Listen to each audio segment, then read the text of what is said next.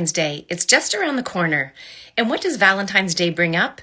Of course, it brings up love and connection, but it can also bring up disappointment. It can bring up longing. It can be memories of the past.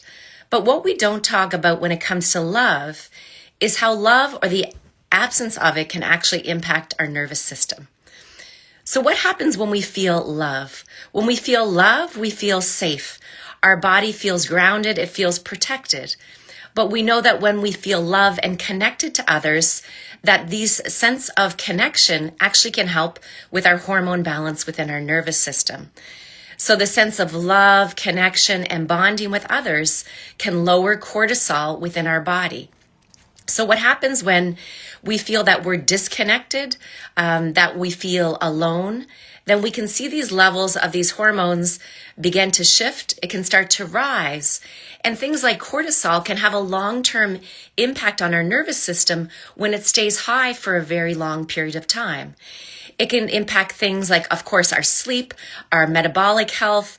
It can lead to more pain and inflammation inside of our body because of the reactions of the chemical markers in our body that are responding to these emotions of not feeling safe, of not feeling secure, and not feeling connected to others.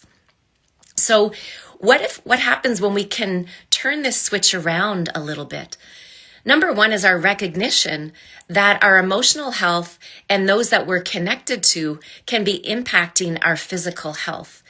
And sometimes it can help to look around and say, what's going on in the environment around me?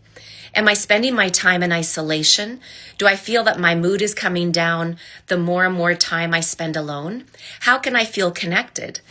Is that connection to others? Is that connection to having a pet in your home? Is that connection in terms of being out a little bit more in nature?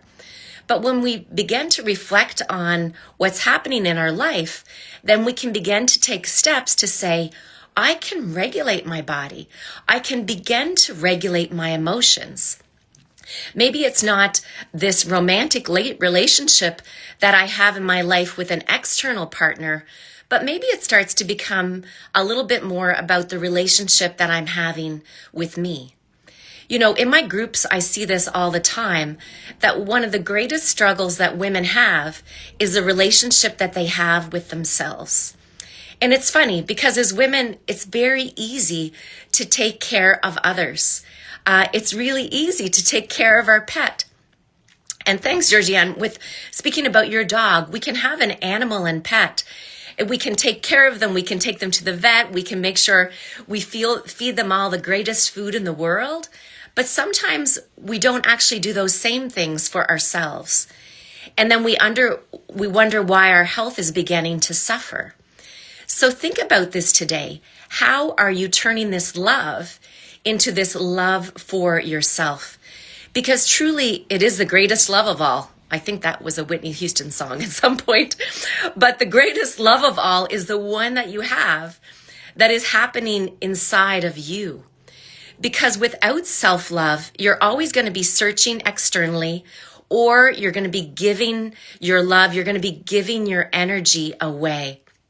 So this is something I want you to think about reflecting on, because when you think of turning from the outside into turning to the inside, the body's actually going to begin to speak to you more as well. It's actually going to tell you a little bit more about what you need, but the body and your nervous system can actually begin to calm down. Because when you recognize that's it, that your energy is truly being generated from within you and not anything outside of you, this is when you begin to gain back your power. So many people talk to me about how their energy is so low. And often their energy is low because they're giving it away all of the time. Now, I'm not saying that we can't be compassionate with others, because this is part of who we are as humans.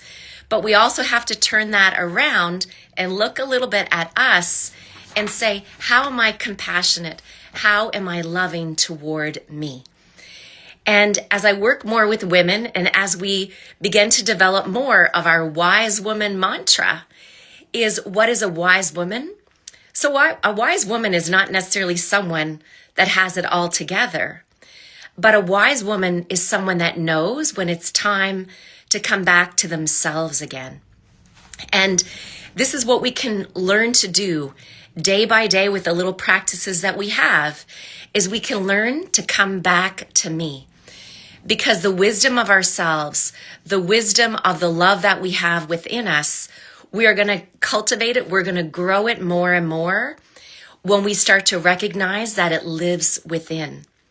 So think about it now. And as we come into Valentine's Day, think about how you can plant the seed of love that's already growing within you, and how can you water it each and every day?